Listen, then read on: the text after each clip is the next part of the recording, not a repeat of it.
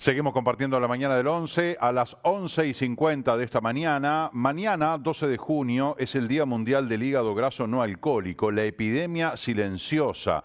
Esta patología es considerada la enfermedad hepática crónica más frecuente, constituyendo una verdadera epidemia. Actualmente la prevalencia en Uruguay es desconocida, pero se plantea que de 1/3 a 1/4 de la población se encuentra afectada por dicha patología.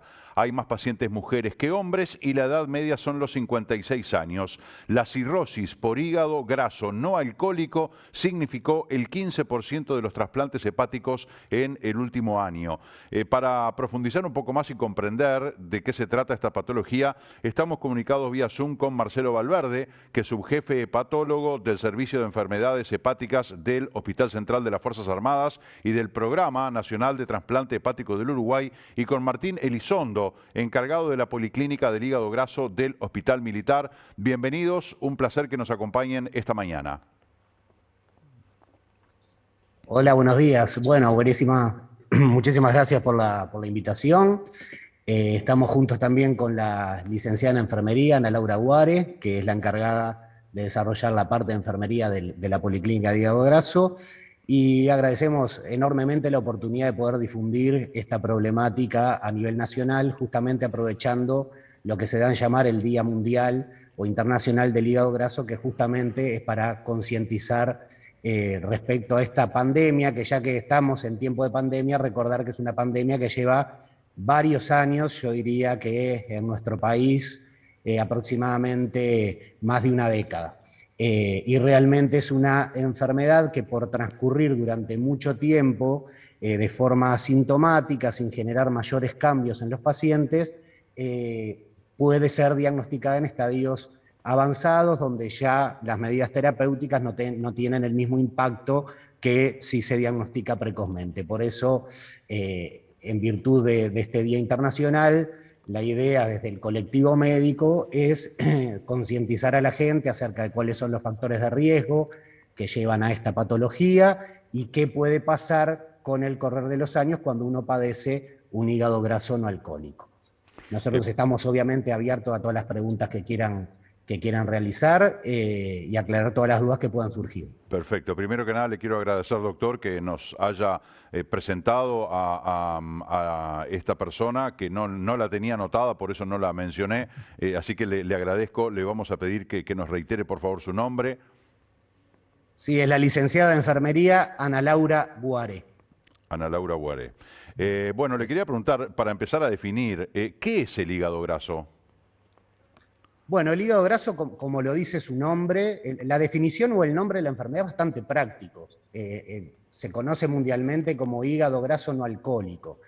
Hígado graso es justamente porque con el correr del transcurso de la enfermedad, el hígado se va sobrecargando de gotas de grasa, crece en tamaño, se infiltra de un tejido graso que normalmente no debería existir, y esa grasa, como lógicamente no debería estar ahí, empieza a generar daño sobre las estructuras normales del hígado y constituye una enfermedad que es de curso crónico a lo largo de los años. ¿Y por qué se llama hígado graso no alcohólico? Porque la otra razón por la que se acumula grasa en el hígado es el alcoholismo, o sea, el consumo crónico y mantenido de dosis elevadas de alcohol. Pero en este caso, esta enfermedad ocurre en ausencia del consumo, por lo menos del consumo importante de alcohol. Y está vinculada más a otros factores de riesgo, que es la presencia de sobrepeso y obesidad y otras condiciones médicas que acompañan generalmente al sobrepeso y a la obesidad, como es la diabetes tipo 2, el colesterol elevado, el sedentarismo y bueno, y todas estas conductas que están muy en boga en el mundo occidental desde hace algunas décadas, ¿no? Las dietas hipergrasas, ricas en azúcares refinados, ricas en grasas, comida ultraprocesada. Entonces, todas esas conductas de vida llevan a que el hígado acumule grasa de una forma muy similar a la que ocurriría si el individuo toma alcohol, ¿verdad? Tan es así que con el correr del tiempo el curso evolutivo de esta enfermedad es muy parecido al curso evolutivo de las enfermedades vinculadas al alcohol. El hígado graso no alcohólico puede, después que se acumuló mucha grasa en el hígado y el hígado va sucesivamente inflamándose y tratando de reparar el daño, genera lo que se conoce como cirrosis, que es un estadio muy avanzado de la enfermedad, donde el hígado está lleno de cicatrices y empieza progresivamente a perder la capacidad de cumplir con todas sus funciones. Y de ahí, de la cirrosis a la cirrosis descompensada y a la presencia de cáncer de hígado, es nada más que esperar el tiempo.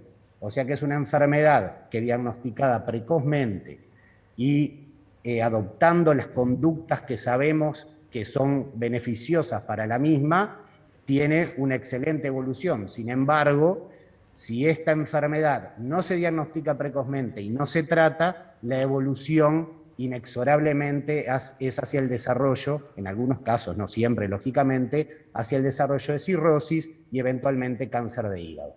En esas etapas tan avanzadas de la enfermedad, muchas veces la toma de conductas terapéuticas ya no pueden evitar o regresar a etapas normales y por lo tanto, lo que mencionaba usted muy bien al principio en la introducción, muchos de estos pacientes terminan necesitando un trasplante hepático. Así que bueno, la concientización va destinada fundamentalmente al diagnóstico precoz para adoptar conductas saludables de vida que permitan evitar la progresión de la enfermedad y en la medida de lo posible, si el diagnóstico es bastante precoz, revertir y tratar de llevar el hígado a una situación lo más similar a lo normal posible. Yo le quería hacer una pregunta compuesta que en parte ya la respondió. Primero, si el paciente se recupera y segundo, si todos los casos son reversibles. Ahí está. Esto depende mucho. Los grados Claro. de fibrosis en el hígado pasan como todo, como es un continuo de una enfermedad crónica. Uno empieza teniendo un hígado sano, la segunda etapa es la sobrecarga de grasa, luego empieza a haber estos ciclos sucesivos de inflamación y reparación hepática que llevan a la aparición de cicatrices. Y desde el punto de vista médico, nosotros le lleva a la fibrosis, que son las cicatrices en el hígado, la catalogamos en 4 grados. F1, F2, F3 y F4. Cuando uno dice que el paciente tiene un F4, es porque ya el hígado tiene mucha fibrosis y por lo tanto es una cirrosis. Ya revertir la fibrosis en estadios tan avanzados, si bien es posible en algún grado, no es posible revertir un F4 para llevar al paciente a un F1 o un F0. Entonces, ¿qué quiero decir con esto? Que si nosotros logramos diagnosticar la enfermedad en estadios de ausencia de fibrosis o fibrosis reciente F1, F2, ahí sí, adoptando las conductas terapéuticas adecuadas, lograríamos revertir la fibrosis y permitir, por lo tanto, que el paciente tenga una sobrevida esperada como si tuviese el hígado sano. Sin embargo, si demoramos el diagnóstico o si el paciente una vez diagnosticado no adopta las conductas terapéuticas sugeridas por su equipo médico, muy probablemente esa fibrosis vaya progresando y la evolución sea necesariamente hacia el desarrollo de una cirrosis. ¿De qué manera uno sabe si tiene o no hígado graso? ¿Hay alguna sintomatología? ¿Hay algún estudio previo que de repente de rutina yo me pueda hacer? Digo, ¿cómo hago yo, cómo hacen los televidentes para saber si tienen hígado graso o no? Buenos días, muchas gracias por la invitación. La mayoría de los pacientes, por eso también es este nombre que es una enfermedad silenciosa, la mayoría de los pacientes no tienen un síntoma que guíe el diagnóstico. En tal sentido, lo que hay que tratar de hacer es pensar qué pacientes la pueden tener. Porque tampoco hay un examen, la mayoría de los diagnósticos se llegan a través de una ecografía abdominal, quizás los televidentes o algunos de quienes están en el estudio pueden tener algún familiar que dice que le hicieron una ecografía abdominal, que es un estudio que se realiza habitualmente, puede ser una puerta de emergencia o se lo pidieron de coordinación, y en esa ecografía se informó que tiene una esteatosis. La mayoría de los pacientes que llegan a la policlínica o a la atención ambulatoria llegan con ese diagnóstico, el diagnóstico de una esteatosis, que no es más que la presencia de grasa en el hígado a través de una ecografía. Y la mayoría de los pacientes no tienen ningún síntoma o relatan algún síntoma inespecífico, con algún síntoma a nivel digestivo, poco sugestivo de que se deba a la acumulación de grasa en el hígado, porque esta enfermedad no causa síntomas y lo que se asocia es solo con la presencia de grasa en el hígado. A partir de ahí, el paciente, cuando tiene grasa en el hígado, lo que hay que ver es las características de esa grasa en el hígado. Como bien dijo el doctor Valverde recientemente, no todos los pacientes con grasa en el hígado tienen una enfermedad en un estadio similar. Entonces, lo que es necesario hacer es estadificar esa enfermedad. Y para estadificarla existen distintos métodos. Hay métodos que son no invasivos y hay métodos que son invasivos porque implican una técnica en la cual es necesario, por ejemplo, una punción hepática, pero esos son en algunos casos contados. La mayoría de las veces, de manera no invasiva, uno ya puede estadificar en una primera consulta el grado de esa enfermedad y poder saber cuál va a ser la evolución en los próximos años.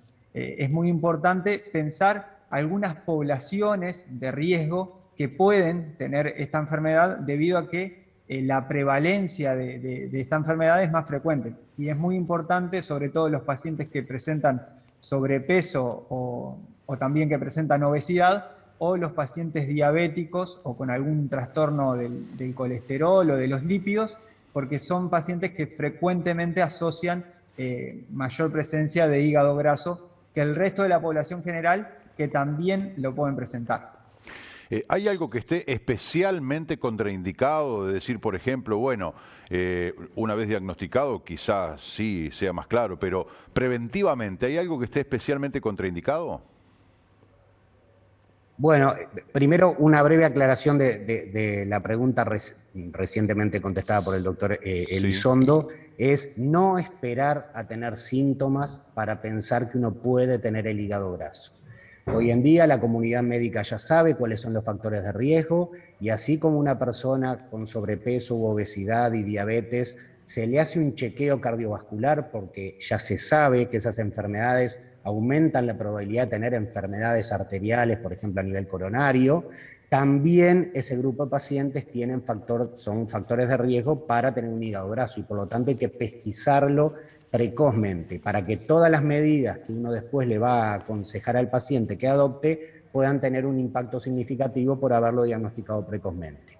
Respecto a esta pregunta, si uno no sabe que tiene hígado graso y quiere hacer algo para evitarlo o detenerlo ya diagnosticado, tomar la mejor conducta terapéutica, ya está claramente demostrado, si bien hay fármacos que están en fase 3 de investigación para prevenir la progresión de la enfermedad, para evitar la acumulación de grasa en el hígado, hay un arsenal importante de fármacos que están en desarrollo. Aún hoy, la mejor medida para lograr prevenir y o tratar el hígado graso es optimizar el manejo de los factores de riesgo. ¿Y con esto qué queremos decir? Modificar el estilo de vida, fundamentalmente en lo que refiere a la nutrición y a la actividad física. En respecto a la nutrición, y groseramente, porque esto obviamente el manejo es mucho mejor que lo haga un nutricionista que esté preparado para aconsejar al paciente y hacer una dieta a la carta según las necesidades y los gustos de cada paciente. Groseramente, la dieta que ha mostrado mayores beneficios es lo que se llama la dieta mediterránea, que es rica en pescado, en frutos, en vegetales. Hay que evitar el consumo excesivo de harinas, de grasas, de azúcares. Y después la actividad física, donde se recomienda claramente la realización de actividad física aeróbica de al menos 60 minutos diarios. Con eso uno lograría, no siempre es así, pero uno piensa que cumpliendo con esas medidas, el paciente siempre va a estar en un peso ideal o lo más cercano al peso ideal, y el descenso de peso es la medida de mayor impacto para evitar esta enfermedad y detenerla para lograr disminuir el porcentaje de depósito de grasa y en caso de que ya hubiese cicatrices o fibrosis en el hígado, tratar de revertir en cierto grado la misma. O sea que depende muchísimo de lo que el paciente haga de su vida. Siempre el consejo médico es fundamental, pero este es un paradigma de las enfermedades donde la adopción de las conductas por parte del paciente son fundamentales y poco puede hacer el cuerpo médico si el paciente en sí no tiene una gran modificación de sus hábitos de vida. O sea que una vida saludable es la clave para evitar esta enfermedad. Está claro. Doctores, a mí me gustaría pedirle a la licenciada Boaré, de repente para redondear la entrevista, algún concepto complementario que pueda manejar respecto a este tema. Buenas tardes a todos. Lo que les puedo contar es que nosotros contamos con una policlínica de hígado graso aquí en el hospital. Pertenece al servicio de enfermedades hepáticas. La policlínica se desarrolla los martes a la tarde. Y bueno, la puerta de entrada del paciente hacia nosotros es por medio de pase médico y trayendo la paraclínica al día y ecografía abdominal. Luego nosotros le coordinamos el fibroscan, que con eso los médicos ven el grado de fibrosis que el paciente está presentando y bueno, y de allí se derivan el tratamiento. También se hacen reuniones conjunto con el equipo de nutrición y endocrinólogos, por lo cual se le hace un seguimiento al paciente, un plan de dieta, de ejercicios, que trabajamos todos en equipo, siguiendo al paciente para ver cómo va evolucionando. Bien, licenciado Boaré, muchísimas gracias por complementarnos esta información. Le agradezco también al doctor Valverde, al doctor Elizondo por habernos atendido en este día de generación de conciencia. Inclusive creo que ahora se está realizando desde el propio hospital una conferencia, un taller virtual dirigido a profesionales de la salud que tiene que ver con esto, ¿no? De la toma de conciencia y de la divulgación de información. Así que es muy útil tener la posibilidad de escucharlos a ustedes en este programa.